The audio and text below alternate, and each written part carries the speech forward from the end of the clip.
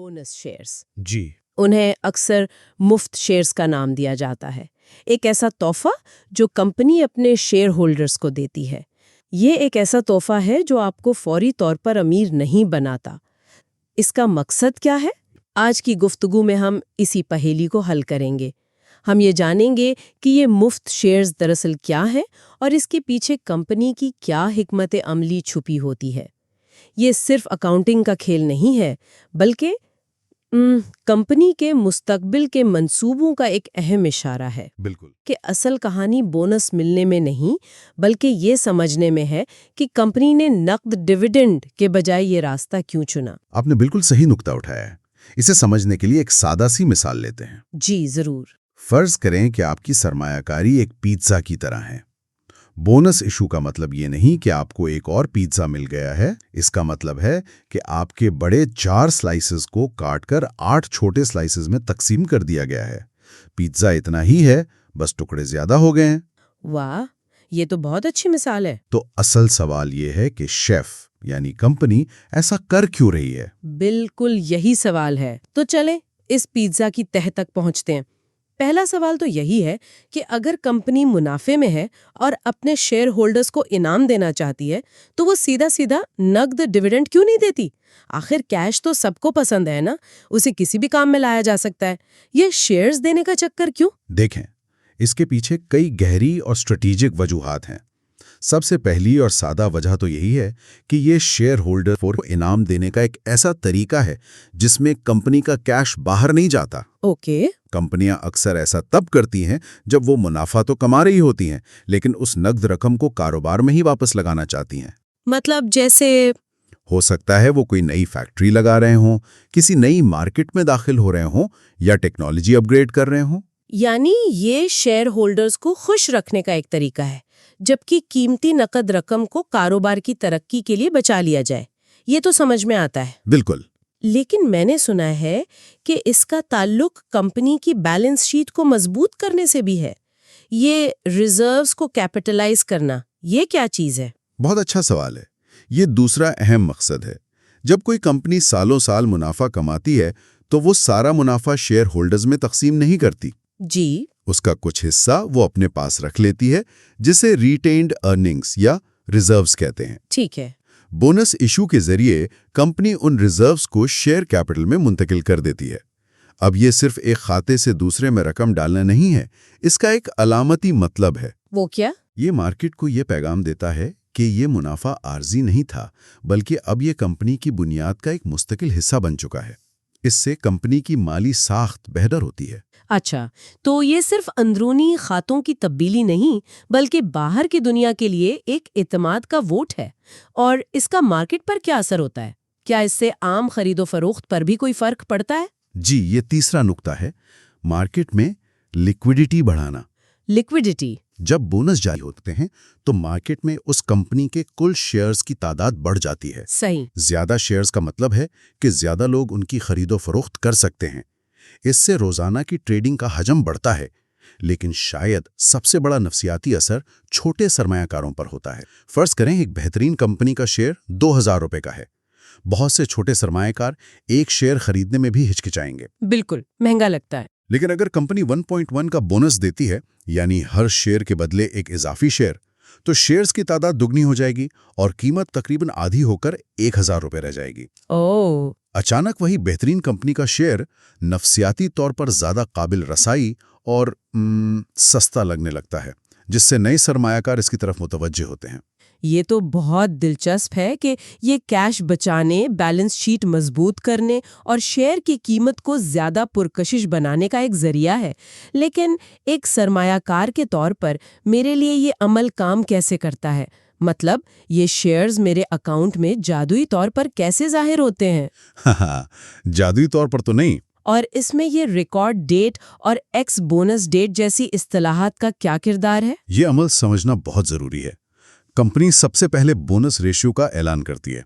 मिसाल के तौर पर 2 के बदले 5 का मतलब है कि हर 5 शेयर्स के बदले आपको 2 इजाफी शेयर्स मिलेंगे। ठीक है। फिर वो एक रिकॉर्ड डेट का ऐलान करते हैं, ये वो कट ऑफ तारीख है जिस दिन कंपनी अपने रिकॉर्ड्स चेक करती है कि शेयर्स किस किस के नाम पर हैं। अच्छा। बोनस का हकदार सिर्फ वही शख्स होगा जिसका नाम रिकॉर्ड डेट पर शेयर होल्डर के तौर पर दर्ज हो। तो इसका मतलब ये हुआ कि अगर मैं रिकॉर्ड डेट से एक दिन पहले शेयर खरीदूं तो मुझे बोनस मिलेगा।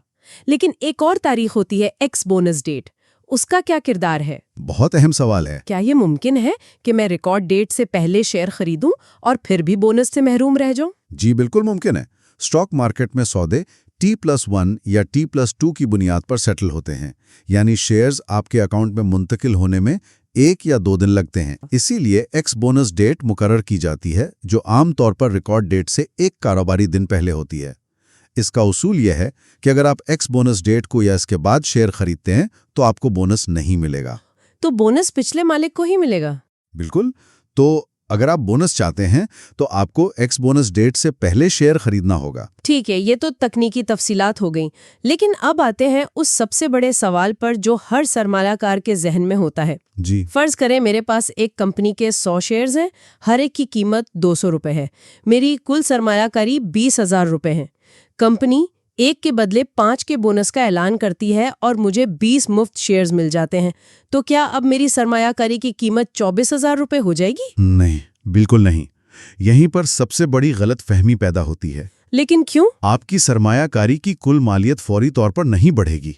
आइए इसे हमारी पिज़्ज़ा वाली मिसाल से समझते हैं। ठीक है। आपके पास 20,000 रुपए का एक पिज़्ज़ा था जिसके 100 टुकड़े थे। अब आपके पास उसी 20,000 रुपए के पिज़्ज़ा के 120 टुकड़े हैं। एक मिनट, ये बात समझने नहीं आई। अगर कंपनी मुझे मुफ्त में कुछ दे रही है तो मेरी दौलत क्यों नहीं बढ़ रही?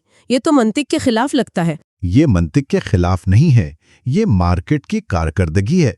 देखें, कंपनी की बुनियादी कद्र या उसकी कमाई में रातों रात कोई इजाफा नहीं हुआ। ठीक है। सिर्फ मार्केट में मौजूद उसके शेयर्स की तादाद बढ़ गई है, तो मार्केट खुद ब खुद उसकी कीमत को एडजस्ट कर लेती है। एडजस्ट कर लेती है? कैसे? आपकी 20,000 रुपए की कुल मालियत अब 120 शेयर्स पर तकसीम हो जाएगी और फी शेयर कीमत गिरकर तकरीबन 166 रुपए रह जाएगी। एक्स बोनस डेट की सुबह आप देखेंगे कि शेयर की कीमत खुद ब खुद कम हो गई है। अच्छा, तो ये तो एक धोखा हुआ। मतलब मेरे शेयर्स की तादाद तो बढ़ गई, लेकिन जेब में 1 रुपया भी इजाफी नहीं आया। तो फिर इस सब का फायदा क्या हुआ? ये सारा हंगामा किस लिए? ये धोखा नहीं, असल फायदा फौरी नहीं बल्कि तवील मुद्दती होता है। तवील मुद्दती? जी। अब आपके पास पहले से ज्यादा शेयर्स हैं। अगर कंपनी की मुस्तकबिल में तरक्की करती है और उसके मुनाफा बढ़ते हैं तो आपकी बढ़ी हुई शेयर होल्डिंग की कदर भी तेजी से बढ़ेगी। यानी अगर कीमत वापस 200 रुपए पर चली गई, बिल्कुल, तो आपके 120 शेयर्स की मालियत 24,000 रुपए होगी। ये एक तरह से कंपनी का आप पर इत्मीनान है कि आप इसके साथ तवील मुद्दत के लिए जुड़े रहें। ठीक है। तो ये मुस्तकबिल की तरक्की पर एक शर्त है। इसका मतलब ये हुआ कि इसके जहां कुछ फायदे हैं, वहीं कुछ ऐसी चीजें भी हैं जिन पर गहरी नजर रखनी चाहिए। जी हाँ। फायदे तो हमने देख लिए, कैश खर्च किए बगैर इनाम, शेयर की कीमत का सस्ता होना और कंपनी की माली मजबूती का इशारा। लेकिन इसके मुमकिना खतरात क्या हैं? बिल्कुल। सबसे पहली बात तो ये याद रखनी चाहिए कि ये डिविडेंड का मुतबादिल नहीं है। डिविडेंड आपके बैंक अकाउंट में आने वाली नकद रकम है। जी। बोनस शेयर एक पेपर बेनिफिट है। इसका नकदी फायदा उठाने के लिए आपको उसे बेचना पड़ेगा। सही। दूसरी और ज्यादा तकनीकी बात जो अक्सर नजरअंदाज कर दी जाती है वो है अर्निंग्स पर शेयर या EPS पर इसका असर। हाँ, ये एक अहम नुक्ता है। EPS ये बताता है कि कंपनी हर एक शेयर पर कितना मुनाफा कमा रही है। इसका बोनस से क्या ताल्लुक? इसे भी पिज़्ज़ा की मिसाल से समझते हैं। फर्ज करें पिज़्ज़ा कंपनी का कुल मुनाफा है। पहले ये मुनाफा 100 स्लाइसेस यानी शेयर्स में तकसीम हो रहा था। जी। बोनस के बाद अब वही मुनाफा 120 स्लाइसेस में तकसीम हो रहा है। तो जाहिर है कि हर स्लाइस पर आने वाला मुनाफा कम हो जाएगा। इसे EPS डाइल्यूशन कहते हैं। बिल्कुल। अगर बोनस के बाद कंपनी का मुनाफा उसी तेजी से नहीं बढ़ता जिस तेजी से शेयर्स की तादाद बढ़ी है, तो फी शेयर आमदनी कम हो जाएगी, जो तवील मुद्दत में शेयर की कीमत के लिए मनफी हो सकता है। तो ये एक दो धारी तलवार है। एक तरफ शेयर्स की तादाद बढ़ रही है, जो अच्छा लगता है, लेकिन दूसरी तरफ फी शेयर आमदनी कम हो रही है, जो एक खतरे की घंटी हो सकती है। सही पकड़ा आपने। और टैक्स का क्या मामला है? क्या इन मुफ्त शेयर्स पर कोई टैक्स लगता है? ये सवाल हर सरमायाकार के जहन में होता है। बहुत अच्छा सवाल है। ज्यादातर ममालिक में जब बोनस शेयर्स जारी किए जाते हैं तो उस वक्त उन पर कोई टैक्स नहीं लगता, क्योंकि आपको कोई हकीकी आमदनी नहीं हुई। तो टैक्स कब लगता है? टैक्स का मामला तब आता है जब आप उन शेयर्स को बेचने का फैसला करते हैं। उस वक्त जो भी मुनाफा आप कमाते हैं वो कैपिटल गेन्स टैक्स के जुमरे में आता है। अच्छा। इसकी तफसीलात हर मुल्क के कानून के मुताबिक मुख्तलिफ होती हैं, लेकिन बुनियादी उसूल यही है कि टैक्स फरोख्त के वक्त मुनाफे पर लगता है, ना कि हुसूल के वक्त। इस सारी तकनीकी बहस को समेटते हुए अगर कोई आम सरमायाकार ये सुन रहा है तो उसे अपने पोर्टफोलियो को देखते हुए क्या सोचना चाहिए? जी, अगर किसी के पोर्टफोलियो में शामिल कंपनी बोनस का ऐलान करती है तो उसे क्या अमली इक़दामात करने चाहिए? चंद बहुत ठोस और अमली बातें हैं। सबसे पहले, ऐलान के बाद सिर्फ बोनस की खुशी ना मनाएं। एक्स बोनस डेट के बाद शेयर की कीमत में कमी देखकर परेशान ना हो। जैसा कि हमने बात की, ये एक मामूल की एडजस्टमेंट है। बिल्कुल, ये इस बात का इशारा नहीं कि कंपनी की कारकर्दगी खराब हो गई है। बहुत से नए सरमायाकार यहीं घबराकर अपने शेयर्स बेचते थे। और दूसरा कदम क्या होना चाहिए? दूसरा और सबसे अहम कदम एक जासूस की तरह सोचना है। अपने आप से ये सवाल पूछें, कंपनी ने नकद डिविडेंड देने के बजाय बोनस क्यों दिया? दिलचस्प। वो इस बचाए गए कैश का क्या करने वाली है? इसका जवाब ढूंढने के लिए कंपनी की वेबसाइट पर जाएं, उनकी सालाना रिपोर्ट पढ़ें या उनकी इन्वेस्टर कॉल की रिकॉर्डिंग सुनें।